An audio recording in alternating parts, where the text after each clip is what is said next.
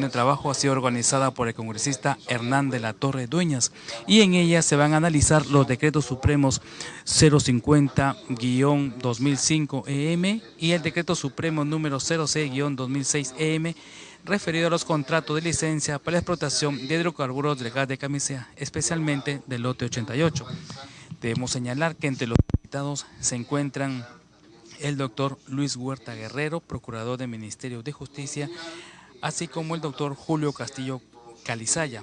Igualmente están representantes de la Defensoría del Pueblo, Alicia Banto Cabanillas, Diego Reate Rengifo, así como representantes de la Dirección de Hidrocarburos del Ministerio de Energía y Minas, los señores José Robles Freires y Patricia Díaz Gasolo. Veamos el desarrollo de la sesión. Regional del Cusco y en particular de la provincia de la Convención, para que este lote se destine única y exclusivamente para el consumo nacional. También ese es el punto de vista de nuestro presidente Ollantumala. Y tenemos entendido que se están haciendo un nivel de diálogo, de conversación, de negociación, para que esto pueda hacerse realidad. De tal manera que vamos a tener la información respecto a cómo se está enfocando desde el Ministerio de Energía y Minas y en particular de la Dirección de Hidrocarburos este importante aspecto.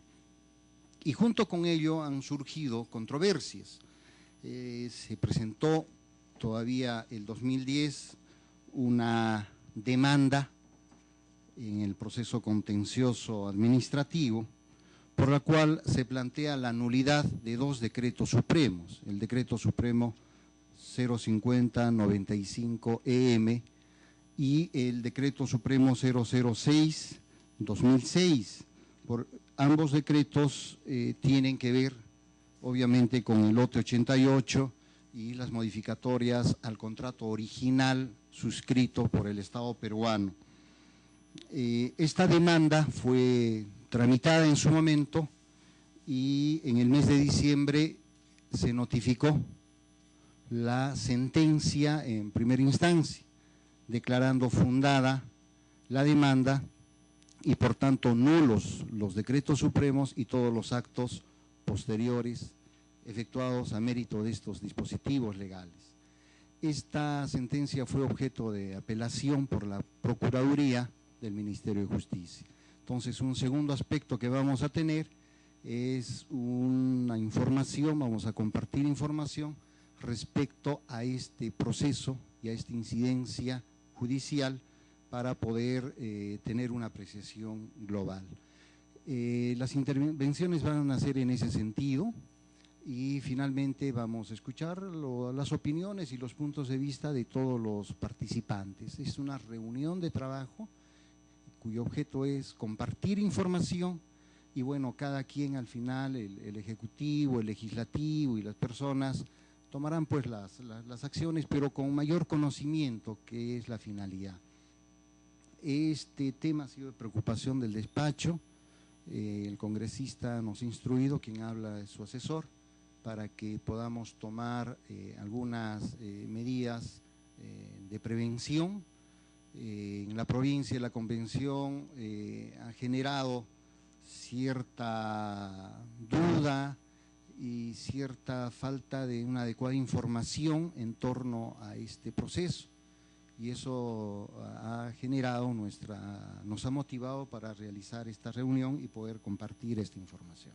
Entonces, reiterando el agradecimiento a la presencia de todos ustedes, comprometiéndonos a realizar un trabajo mucho más integrado para que la respuesta del Estado sea adecuada.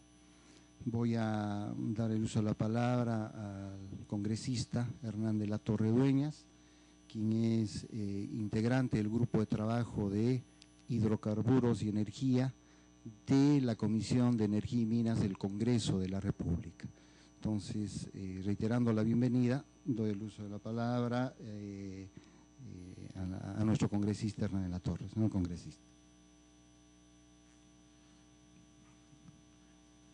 Distinguidos amigos, funcionarios de las diferentes dependencias, muy buenas tardes. En principio, acabamos de llegar del Cusco, de la provincia de la Convención, Quillabamba, donde precisamente se encuentra el gas de Camisea.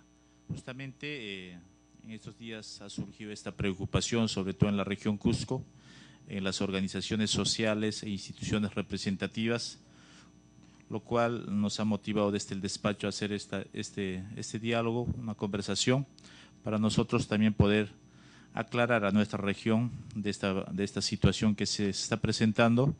Obviamente también poner en conocimiento de la Comisión de Energía y Minas. En este caso nosotros pertenecemos al grupo de trabajo de hidrocarburos. Entonces es un grupo de trabajo integrado por 5 congresistas. Obviamente haremos un informe de esta reunión que estamos teniendo con los detalles que ustedes nos alcancen de una manera objetiva y veraz. Nosotros estamos para poder compartir también nuestras preocupaciones y seguramente en este diálogo que vamos a tener alcanzaremos también las preguntas que tenemos como despacho, ¿no?, del Congreso. Muchas gracias. Muy bien, entonces vamos a tener una primera intervención a cargo del ingeniero José Robles Freires, quien está a cargo de la Dirección General de Hidrocarburos del Ministerio de Energía y Minas. Ingeniero José Robles, lo escuchamos. Muy buenas tardes a todos. Creo que lo que valdría la pena en este momento es hacer una pequeña descripción de cómo es, de qué cosa es Camisea, cómo está y cómo es la situación actual. Camisea fue un campo descubierto en los 80 por Shell y en esa década Shell no pudo llegar a desarrollar el campo hubieron bastantes problemas que sucedieron ahí. Y después en los 90 se renegoció el contrato con la misma Shell y se llegó a un acuerdo.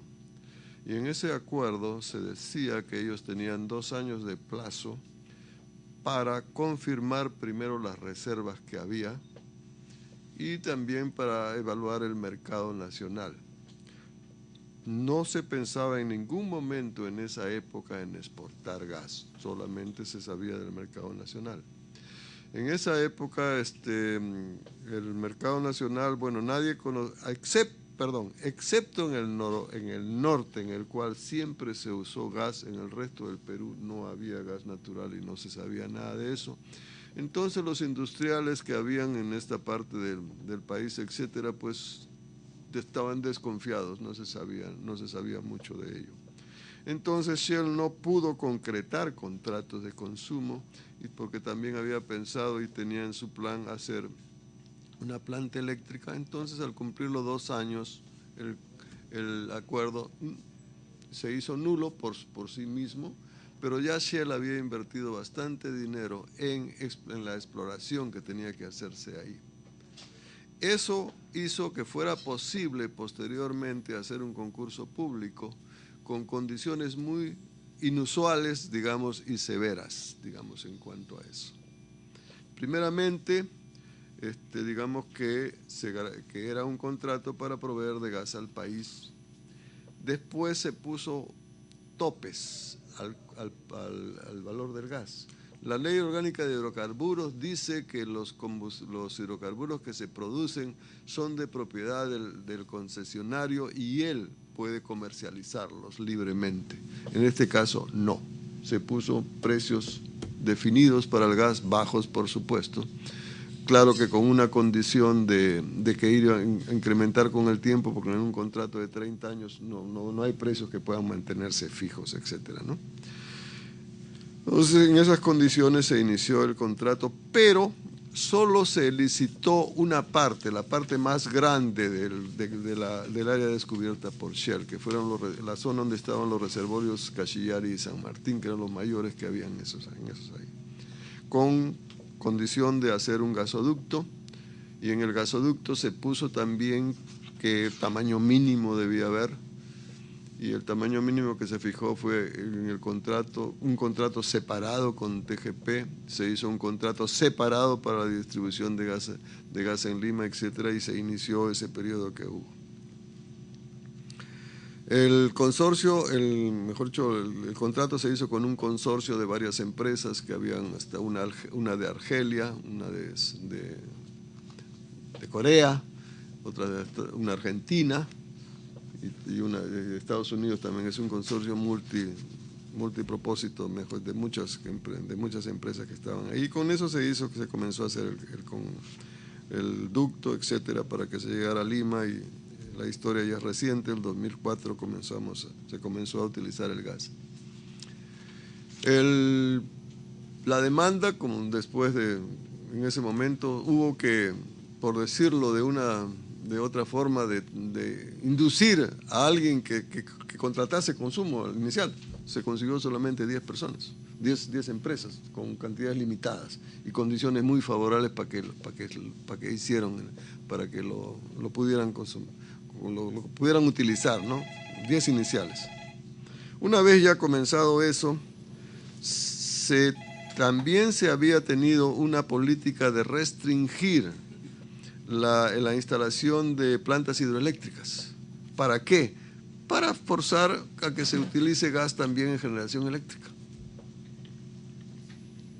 La conjunción de que había el gas disponible en esta zona y el resurgimiento del país en su economía hizo que el consumo de energía eléctrica comenzara a aumentarse muy rápidamente, y la solución era poner más plantas de generación eléctrica con el gas, y eso fue lo que se estuvo haciendo.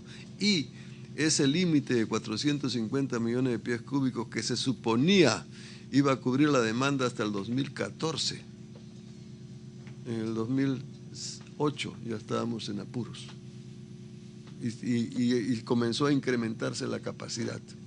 Y en estos momentos se está incrementando la capacidad para llegar al máximo que es planeado para esa zona.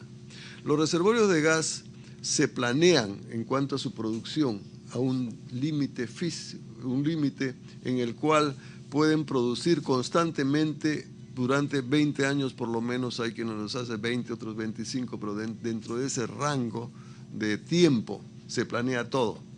El tamaño del gasoducto, el tamaño de las instalaciones de campo, el tamaño de las instalaciones de procesamiento, el tamaño de todo. ¿Por qué? Porque es una inversión masiva que tiene que depreciarse en ese tiempo. Se comenzó esto con 450, sí, de compromiso obligatorio para el que ganó el concurso del gasoducto, pero siempre el horizonte estaba puesto en un número de 1.000 millones de pies cúbicos para el lote 88. Todo estaba planeado para el mercado interno, y en el contrato también se puso que tenía que haber una garantía de que se podía abastecer durante 20 años al país con ese consumo. Pero esa garantía era una garantía, estábamos conversando en el preámbulo, que no decía desde cuándo. Entonces era una garantía que se suponía que, bueno, en este año son 20 años, dentro de 5 años son 20 años, todavía más, y así sucesivamente. Algo que estaba comentando que no sé por qué lo pusieron así, porque eternamente no podía funcionar, tenía que haber un momento en que se acabara, pero así estuvo escrito. Eso lo hicieron en ese momento y ahí quedó. Ya en el mundo se había comenzado a desarrollar consumo internacional de gas, que no era ya por tubería sino por barco, liquefactándolo el gas, etcétera, etcétera.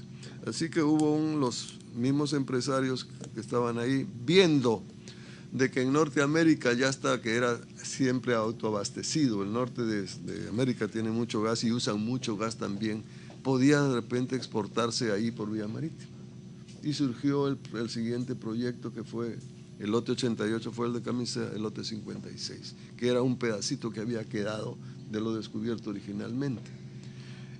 Pero, digamos, a la hora de evaluar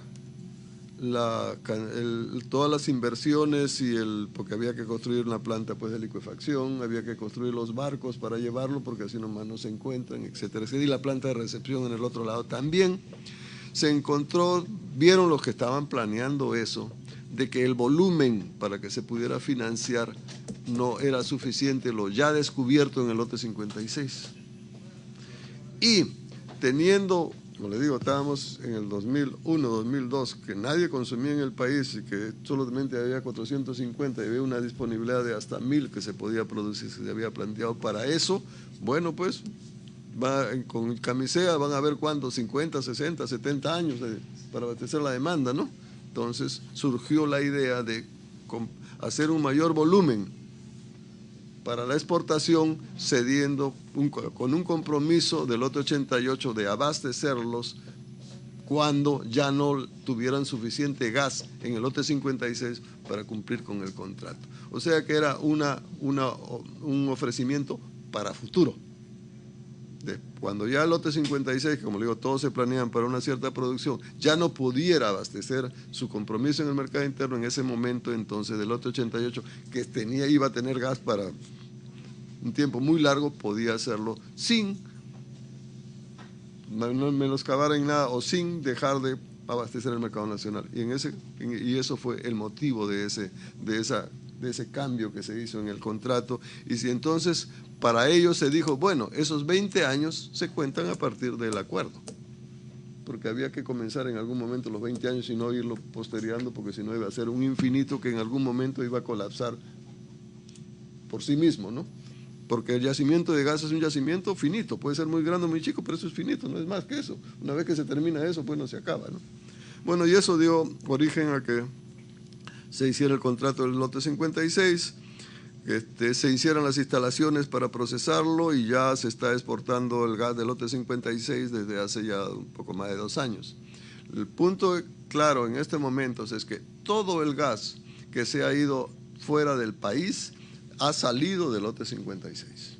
Eso está, y eso es un control de volumen que lo hace Perupetro, lo hace Ocinermin y por todas partes se cuentan. A pesar de que se juntan y después se distribuyen, se lleva una contabilidad bastante precisa de cuánto es de uno y cuánto es del otro y cuánto salió de este lado y cuánto salió del otro lado, porque digamos lo que sí existe en esta industria es que usted todo lo puede medir. Mide lo que pasa por un lado, mide lo que pasa por el otro lado, van juntos, a la hora que se separan también se vuelve a medir. Entonces esa contabilidad es tan buena como la que puede hacer un banco con sus cuentas corrientes, no hay ningún problema en eso. Bueno, quedó en eso, entonces estamos en la situación en que estamos ahora. Han habido reclamos acerca de eso. ¿Por qué? Porque la demanda nacional pues se despertó. Primero fue la generación de eléctrica, cada vez más los industriales. Y digamos en estos momentos el plan ¿cuál es? Hay un plan que lo conocen perfectamente, el gasoducto al sur. Muy bien, ya está, ya va a comenzar a construirse. Esperamos llegar a la altura de Quillabamba dentro de quizás 3 años. De ese año deben estar ahí, tanto está que también se está planteando poner una planta de energía eléctrica en esa zona, también para que abastezca. Y seguirá su camino y terminará en Hilo. Y se está hablando de un ramal a Tacna, muy bien, se está hablando de un ramal a Matarani, muy bien, entrará a Pisco, habrá otro ramal que sería Juliaca o Puno. Entonces comienza ya a ser efectivo lo que se llama la masificación del gas natural, que quiere decir que al final vamos a tener que repartir el gas, vamos a llevar el gas natural a todas partes.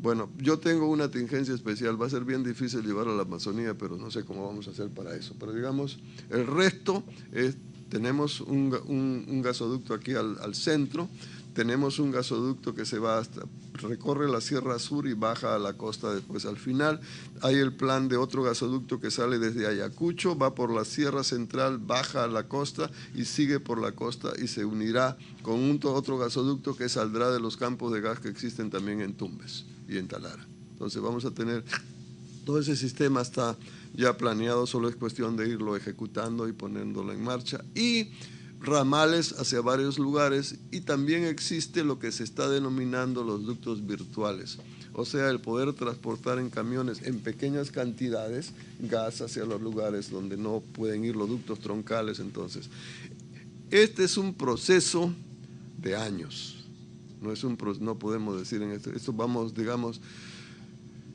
dentro de 5 o 7 años tendremos los principales gasoductos troncales, después iremos haciendo los ramales y mientras tanto los ductos virtuales harán más ancho el ámbito de los ductos troncales y así seguiremos hasta aquí a completar casi todo el país. Pero eso, yo soy muy viejo ya para verlo, pero ustedes sí lo podrán ver en su sitio.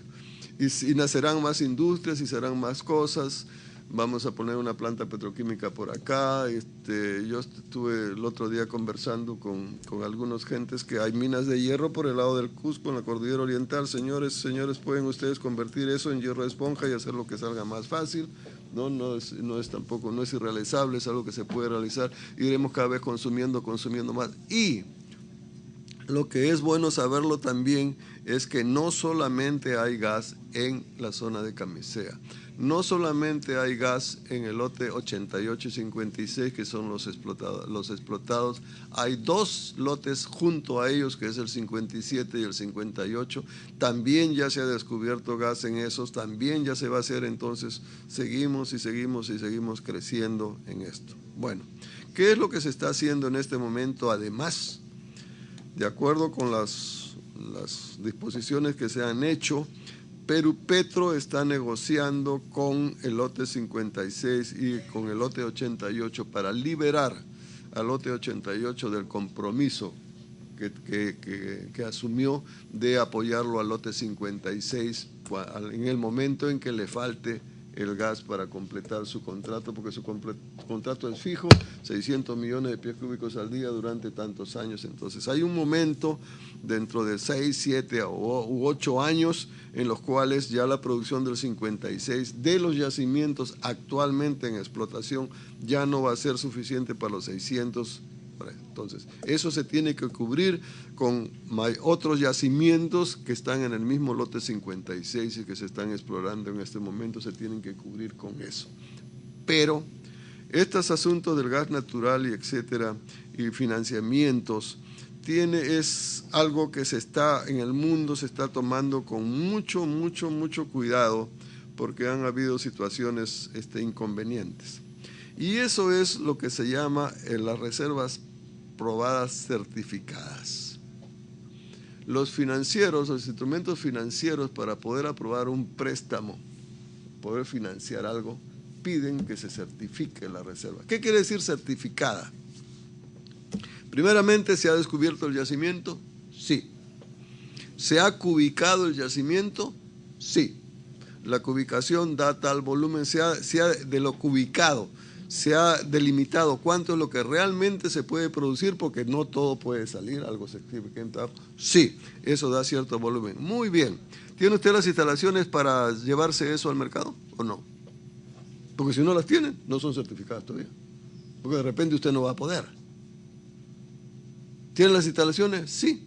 ¿Alguien se las va a comprar? Porque si no, usted no va a poder producir y no va a poder pagar el financiamiento. Sí. Entonces es no solamente que exista, sino que tenga contratos o construido las facilidades, y quién se las va a comprar. Y eso fue lo que motivó el problema de hace 2 años de las reservas certificadas, que solamente consideraron los contratos que existían en ese momento. Y ese contrato era menor que el volumen total. Ahora sí ya hay contratos para el total. Pero en ese momento, por eso decían, no hay gas. No, señor, lo que pasa es que no hay contratos todavía para venderlo. Entonces no se califican como certificadas. Eso ya se resolvió. Pero existen todas esas cosas para este lado. Entonces, las reservas adicionales que se descubran en el 57 tienen que ser certificadas también. En este momento se está explorando todavía y están en ese proceso.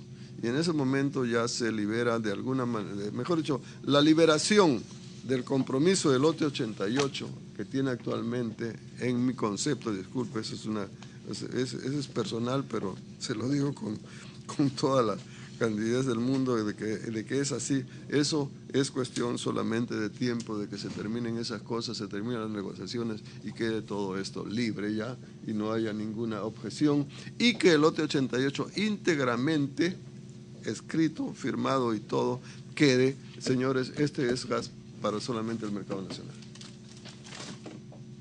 No sé si tienen alguna pregunta adicional o que quieran. Agradecemos al ingeniero José Robles, la experiencia que él tiene, el conocimiento que él tiene, se denota claramente. Es una persona que con toda autoridad nos da a conocer, porque conoce el tema, no se adivina ni se prejuzga. Como esta es una exposición un poco genérica, el el segundo tema vamos a entrar ya al asunto del proceso. No sé si hubiera algunas inquietudes respecto a la intervención del ingeniero Robles. Daríamos el uso de la palabra a las personas que quisieran formular alguna inquietud. Sabemos que en este momento el canal del Congreso está transmitiendo en directo. Hace unos minutos formularon una pregunta indicando, ingeniero, por ejemplo, creo que usted ya lo ha dicho, la política del gobierno es de que el lote 88 exclusivamente se destine al consumo nacional, lo está ratificando la Dirección General de Hidrocarburos, pero justamente se hablaba de las reservas probables y probadas. Si esto lo cuantificamos en el tiempo, a futuro, tomando en referencia el contrato original, porque este contrato ha sido modificado varias veces, el contrato original con el consorcio Camisea para la explotación del gas se habla de 30 años. En todo caso, la pregunta puntual y precisa es ¿cuántos años más tiene el país, la provincia, en el lote 88? ¿Existen las reservas suficientes a futuro? O como algunos están refiriendo, ya estamos a puertas de que pueda agotarse este recurso natural no renovable. Esa es una inquietud que alcanzamos al ingeniero y bueno, también el resto de personas podrían formular las preguntas del caso. Muy buenos días a todos, mi nombre es Julio Quintanilla Loaiza, desarrollo un trabajo de investigación sobre lo que significa la instalación de una planta de fraccionamiento en Quepaciato y por supuesto he sido exregidor de la Municipalidad del Cusco en la época de Daniel Estrada Pérez. Mi pregunta concreta es la siguiente: en los años 86, en que había el vínculo de Perú con la Shell, no se concretó, como bien ha dicho nuestro expositor, y se declararon todos los beneficios de la inversión de la Shell quedaron para el Perú y por tanto el gas de los lotes 88 y 56 son más baratos. Eso es muy importante señalarlo, porque el precio de los lotes 57 y otros que se puedan encontrar serán 3 veces más caro. Pero la pregunta viene acá. En la lectura de todos los documentos que se nos ha dado, siempre hay una redacción engañosa. Por ejemplo, en el Decreto Supremo 050, ya que está acá también la Defensoría del Pueblo, hacen aparecer como que el Perú tiende, obviamente, a aceptar alguna petición positiva, aparentemente, de los entes extranjeros. Dice, por ejemplo, para asegurar el abastecimiento del mercado interno durante 20 años, ante cualquier operación de exportación de gas natural, se tome en cuenta lo establecido en el Plan Referencial de Hidrocarburos del Ministerio de Energía y Minas, vigente a la fecha de suscripción del contrato, conforme lo pareció. Y en la última parte dice que por cartas tanto, de 2 de septiembre del 2005, respectivamente, Plus Petrol Corporation solicitó a Perú Petro la modificación de la Capite 5.11 y la inclusión de un régimen de regalía para proyectos relacionados con plantas de gas natural.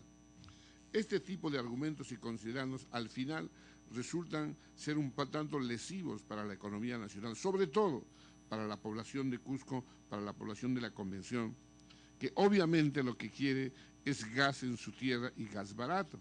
El gas en Camisea, donde frecuentemente visitamos, es el precio más alto por el transporte. Número 1. 2. Y al siempre utilizar el sistema engañoso, siempre digo, ductos virtuales. Existen los ductos virtuales, es decir, de que vamos a comprimir el gas y vamos a trasladarlos, obviamente, mediante camiones, pero no por ductos, no por ductos. Entonces, siempre la información llega un tanto distorsionada y por esa razón nace la desconfianza del pueblo. Hoy, la Convención Cusco Estado, hace 3 días, el 29 de diciembre, en el discurso que diera el presidente Ollantumala en la provincia en Talavera, el distrito de Talavera en la provincia de Andahuaylas. Ahí hablaba de la calidad, y yo le pregunté, señor presidente, ¿y lo del gas y el polo petroquímico? Y él respondió, y dijo lo siguiente, vamos a cumplir con bajar el precio del gas, pero aquella importante decisión o intención tiene que estar respaldada por el estudio técnico, que acá el Director General de Hidrocarburos, los funcionarios le den de manera clara, precisa, sin dudas, no con redacción engañosa que al final lesiona los intereses y levanta los ánimos para alguien que debiera apuntar a lograr los objetivos del Perú y en alguna forma, sin querer, lo obstaculiza. Y finalmente, siempre se ha trabajado con los campesinos, y dicho sea de paso, yo vengo también en representación de la Federación Departamental de Campesinos de toda la región Cusco, quien me ha acreditado su representación, expresar lo siguiente. Siempre, por ejemplo, hace un paro en la convención, todos se juegan el todo por el todo, viene un premier y hace firmar un acta. Vamos a hacer la planta de fraccionamiento de gas licuado de petróleo para Quepaciato. Hacen la comisión, el organismo que hace el estudio dice, no es viable, pues solamente es para la convención. O sea, sabiendo que ya no es viable, firman esos documentos como actos dilatorios. Pero la percepción general, y lo ha dicho el ingeniero Robles, claramente, 5 o 7 años habrá ya los ductos físicos y los virtuales poco a poco.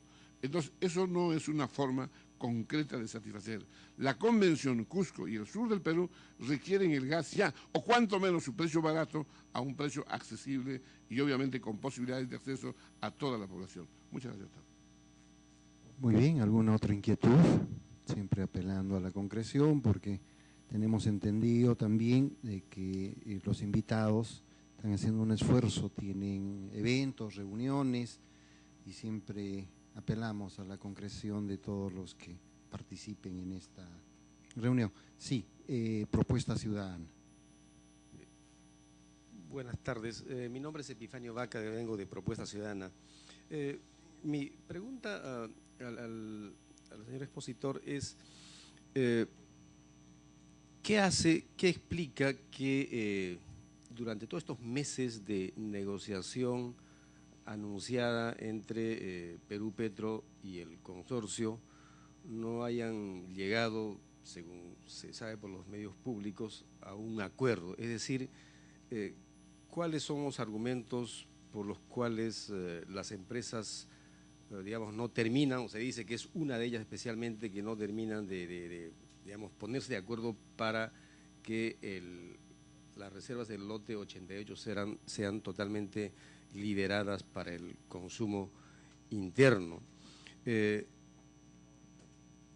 Otra pregunta es el aval que se dio con las reservas del 88 para que el proyecto exportador salga adelante, estuvo asociado, según entiendo yo, a un compromiso de las empresas de seguir invirtiendo para que encontraran estas reservas adicionales que con el tiempo permitan liberar esas reservas.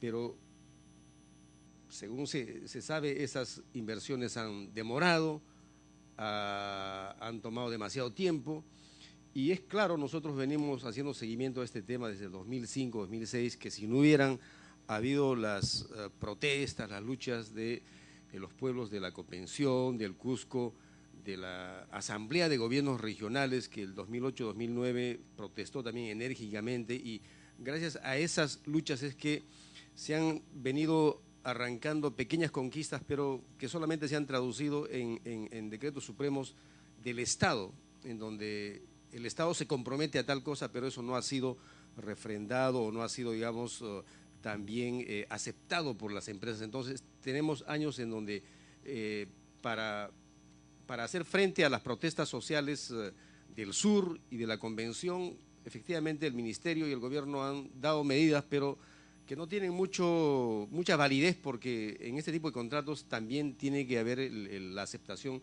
de la empresa. Entonces, quisiera saber, digamos, cuál es la información última que se tiene acerca de esta negociación, por qué está hasta ahora trunca.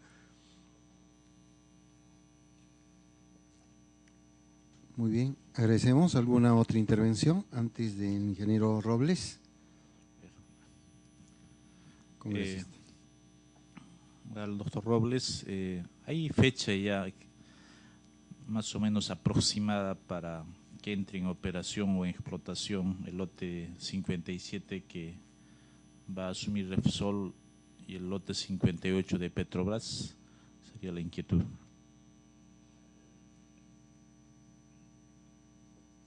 ¿Alguna inquietud? Creo que no. En todo caso, trasladamos al ingeniero Roble las preguntas formuladas. Primeramente, tenemos que diferenciar cuando decimos gas, ¿a qué nos referimos? Porque el gas, el GLP, que es el que se comercializa en todas partes del Perú, etcétera, etcétera, tiene un ámbito bastante amplio y estamos casi en 40.000 barriles diarios. Su nombre también siempre se dice el gas. Ese es GLP, que es el gas licuado. Y ese es el gas, digamos, sobre el cual hubieron los comentarios en la región del Cusco de que eran costos muy elevados. Bueno, en la ciudad del Cusco cuesta casi lo mismo que en Lima. En la convención. El resto es el transporte. Llevarlo pues en cantidades pequeñas a lugares alejados, pues, eso incrementa el precio, pero el gas, la botella de gas de 10 kilos cuesta casi lo mismo en la ciudad del Cusco que lo que cuesta acá. En la convención. Está bien, pero ese es el transporte, señor. Y el transporte es cusqueño. El Cusco lleva el gas de la ciudad del Cusco hacia la convención. Pero el gas, el productor entrega el gas en Pisco. Existen 2 empresas en el Cusco que lo envasan. No me acuerdo qué empresas son, pero hay 2 empresas registradas ahí que lo envasan igualito que acá y de ahí lo lanzan al mercado y el mercado es el que lo va distribuyendo en el resto del Cusco, ¿no? Y eso ya no es controlable en este país. Entonces eso ha ocasionado reclamos que habían en esa ciudad. Ahora, ¿qué se va a hacer para ello? Bueno, se habló de producir GLP, sigo insistiendo que es eso allá. Muy bien, se hizo un primer estudio que se terminó el año pasado de una planta pequeña que solamente abastezca la conversión y la región Cusco. Entiendo de que el anterior director general de hidrocarburos ha estado allá y ha tomado el compromiso de que la planta sea de mayor tamaño y va a estar en una zona cercana a Quinteroni, no me acuerdo cuál es el sitio, pero cercano al ducto que lleva los líquidos de Malvinas hacia Pisco. ¿Qué pasó? Okay. Va a estar bien cerca de eso. ¿Por qué? Porque ellos tienen que tomar ese líquido, retirarle el GLP y devolver lo que resta, que no se va a utilizar allá. Entonces es preferible que esté en esa zona. Me dijeron los que estaban haciendo el proyecto que habían encontrado una zona propicia para poner una instalación de ese tipo, etcétera, etcétera. En el arreglo que se hizo en las semanas pasadas, la planta envasadora va a estar en Quillabamba, muy bien, porque después hay carretera de esa zona hasta Quillabamba, entonces de Quillabamba ya se va a distribuir al resto de la convención y quizás, bueno, pueda abastecerse más la ciudad del Cusco, en fin, la planta va a ser grande y se van a desarrollar de esa manera. Eso ya está en camino, tiene que rehacerse un poco el trabajo de ingeniería del diseño, hacerlo un poco más grande y eso nos lleva mucho tiempo y de ahí utilizaremos a Proinversión para que haga un concurso sobre ello y se pueda implementar. Eso ya está en camino, pero ese es GLP. Lo que estamos en estos momentos viendo es el gas natural. Y ahí en ese gas natural es que ya se ha comenzado por esta zona. Digamos, el gas virtual, ¿qué es? Primeramente, el gas natural tiene que llevarse a presión. El GLP es líquido, en la botella hay líquido. En el otro lado tiene que haber gas. Entonces se utiliza bastante presión para que en un recipiente pequeño pueda haber bastante, ¿no?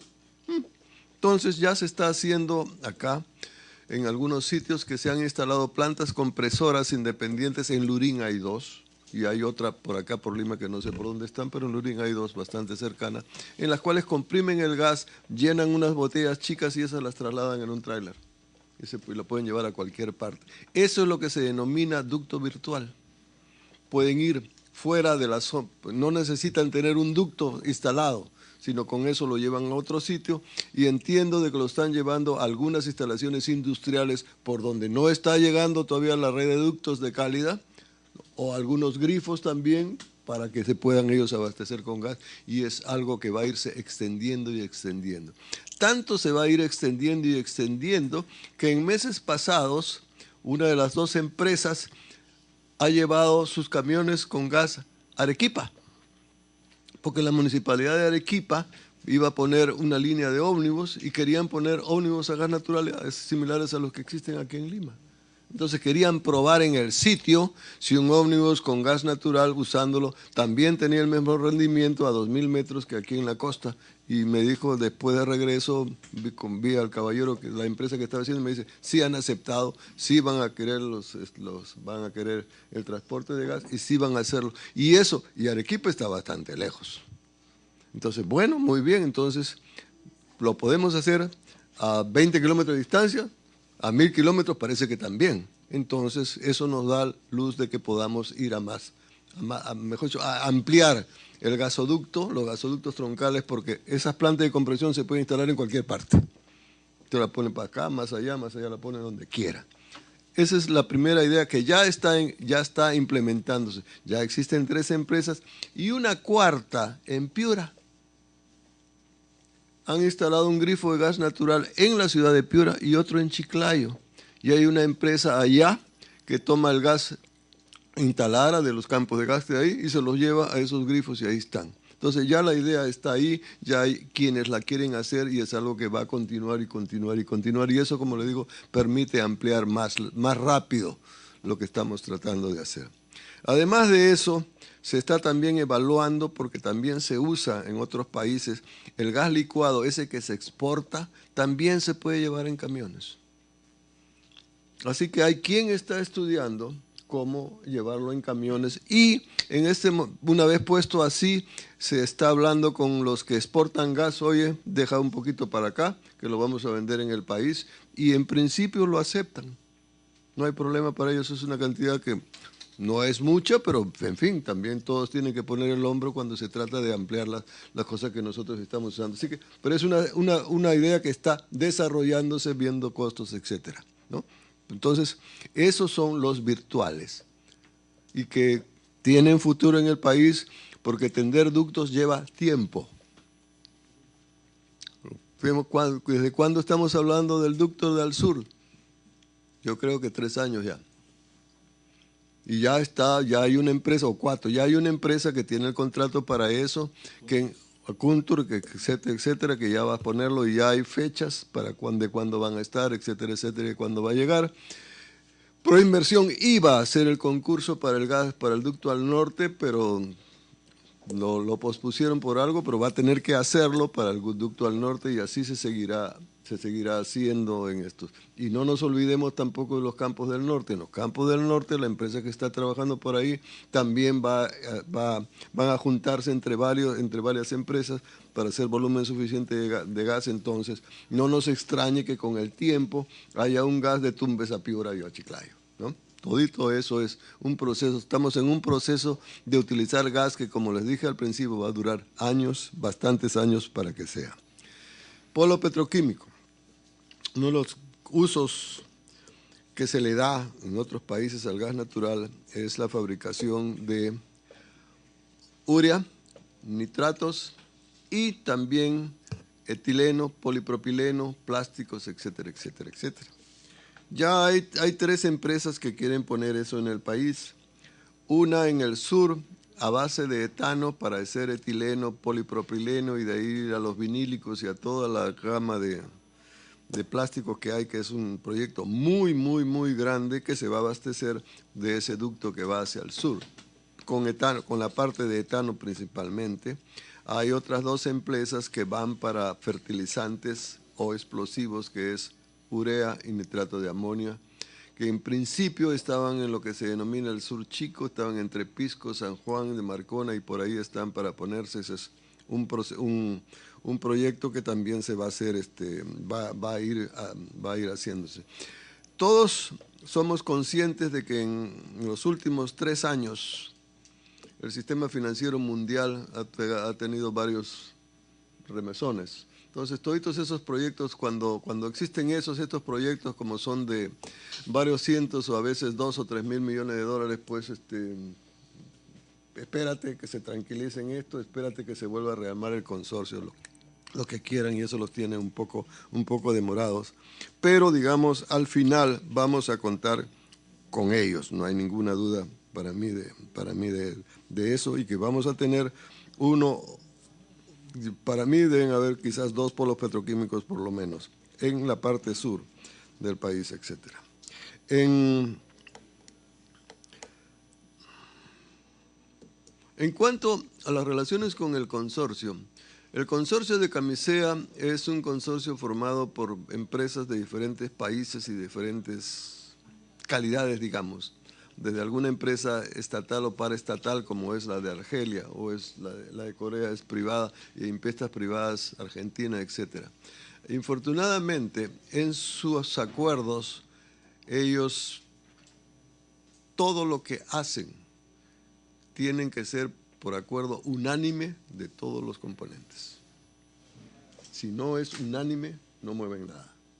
Y eso hace que, digamos, las negociaciones con ellos sean lentas. Cualquier paso que se da, muy bien, llamamos a eso, todos se van, comunican eso a sus centrales opinan, tienen que juntarse dentro de ellos, tener un acuerdo dentro de ellos para otra vez hacer su siguiente paso. Eso se lo hace lento. Pero, digamos, el tiempo, en este caso, no nos hace daño a nosotros en cuanto a nuestro desarrollo de gas.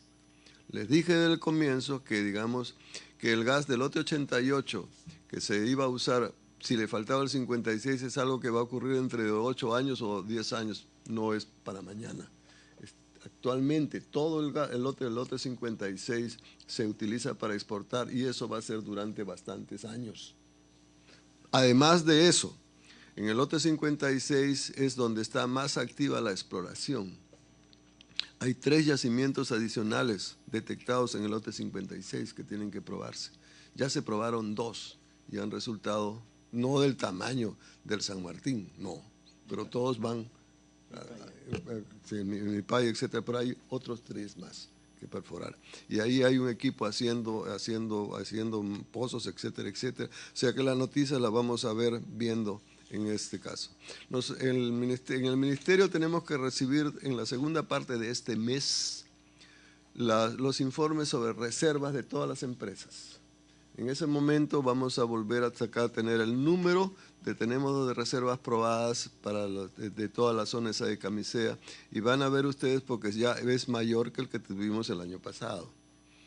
Todavía faltan esos 3 yacimientos más, nomás. Entonces, piano, vamos a completarlo, y ya en el papel también va a estar libre todo el lote 88 y solo queda para el mercado nacional, etcétera. Eso queda así como está. Y aún en el mismo lote 88 hay 2 prospectos adicionales también. ¿Por qué? Las compañías petroleras, cuando es un campo nuevo, no, todas las compañías, en esto todas las compañías son iguales.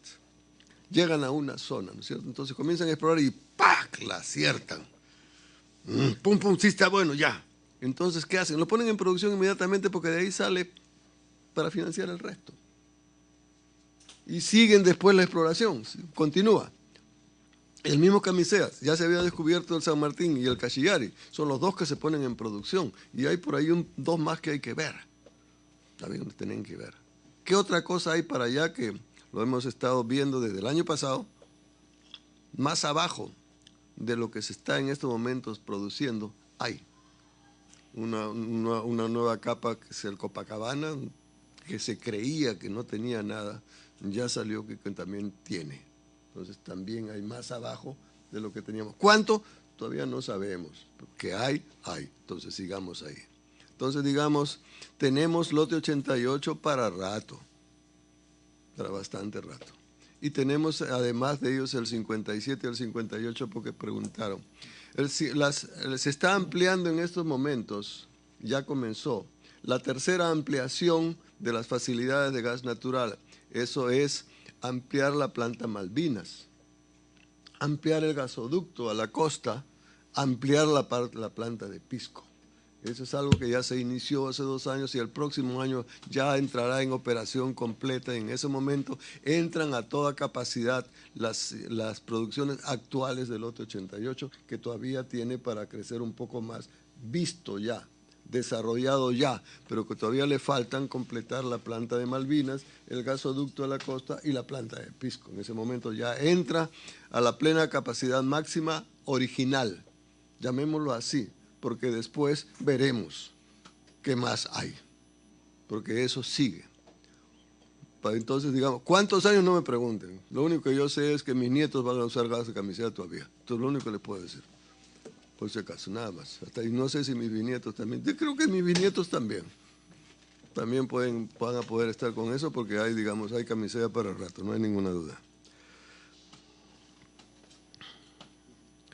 Y eso corresponde a lo de la aval, etc. El lote 57, que era la pregunta del señor congresista, debe entrar en producción con la ampliación actual, porque ya tiene algunos contratos firmados.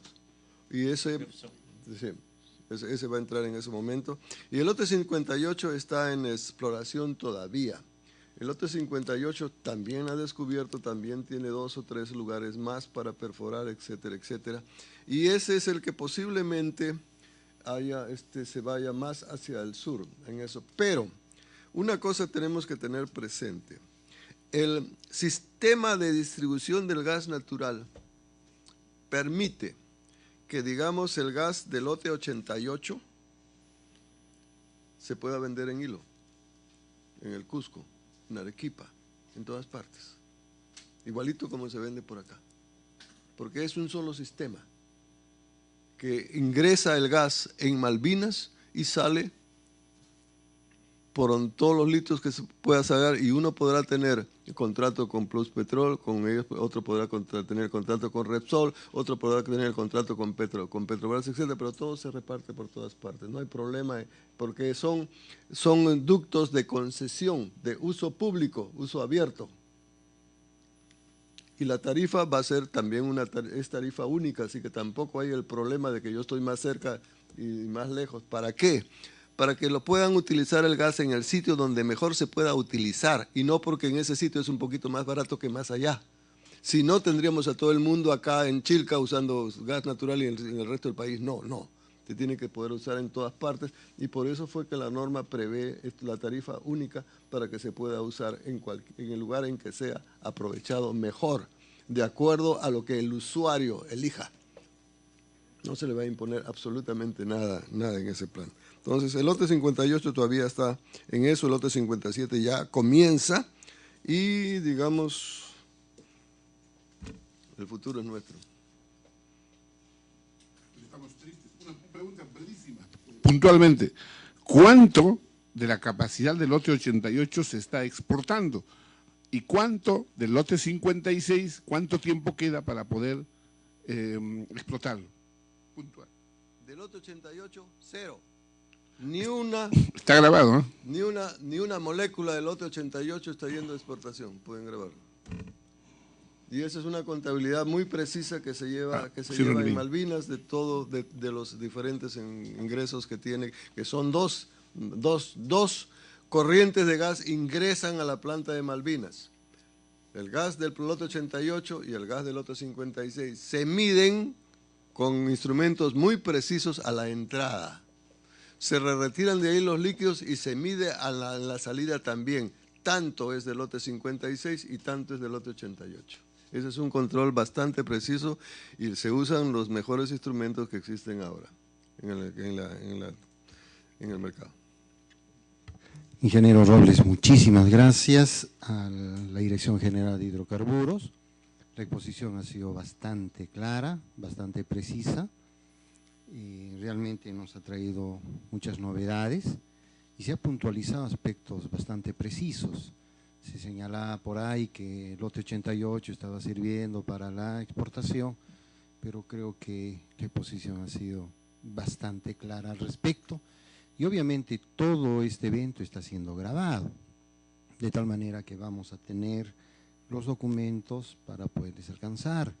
Creo que hemos venido a dialogar, a conversar, estamos haciendo particularmente nos sentimos bastante complacidos por la información que estamos recibiendo. Se interpuso respecto a estos temas una demanda de acción popular. Lo hizo en su momento la actual viceministra, la señora Susana Gladys Vilcachata y el señor Mario Jancochuco. Interpusieron una demanda de acción popular contra el Decreto Supremo 050-2005-EM por vulneración del artículo 4, literal A, de la Ley número 27133, modificado por la Ley 28.552 y artículos 51 y 118, incisos 1 y 8 de la Constitución Política del Estado, dirigiéndola contra el Ministerio de Energía y Minas, solicitando adicionalmente se declare A, nulo e insubsistente el Decreto Supremo 050-2005-EM, publicado el 2 de diciembre del 2005.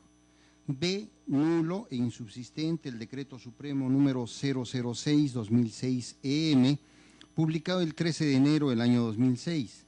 C, nulo y sin efecto alguno la modificación de la cápite 5.11 del contrato de licencia para la explotación de hidrocarburos del lote 88, contenida en el numeral 3.2 de la cláusula tercera de la cuarta adenda suscrita el 19 de enero del 2006 entre el Estado peruano y las empresas que forman el consorcio Camisea.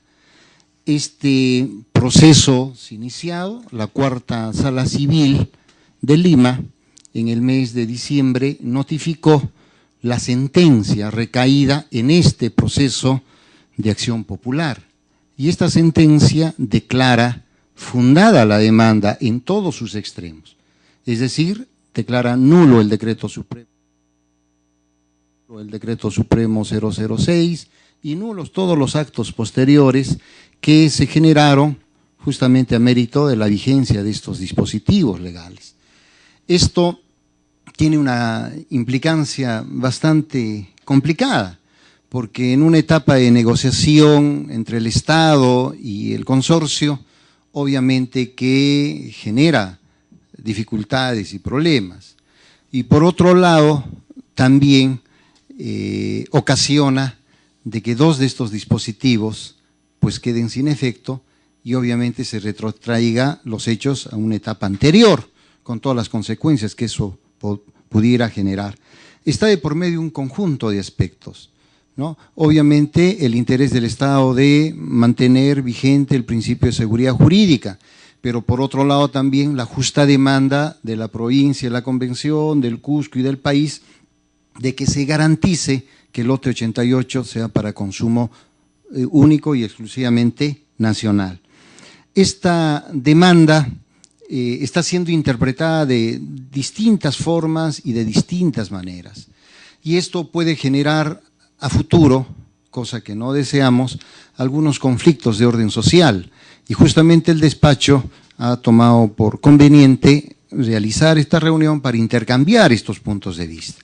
De manera sintética, esa es la demanda y esa es la sentencia expedida por la sala. No es la última instancia, hay otra a la cual ha apelado justamente la Procuraduría del Ministerio de Justicia. Entonces, respecto a este segundo tema de la reunión del día de hoy, tenemos la presencia de dicha Procuraduría, está a cargo justamente el doctor Luis Huertas Guerrero, quien ha tenido a bien alcanzarnos los documentos que también hemos hecho circular a las personas para que puedan tener conocimiento de él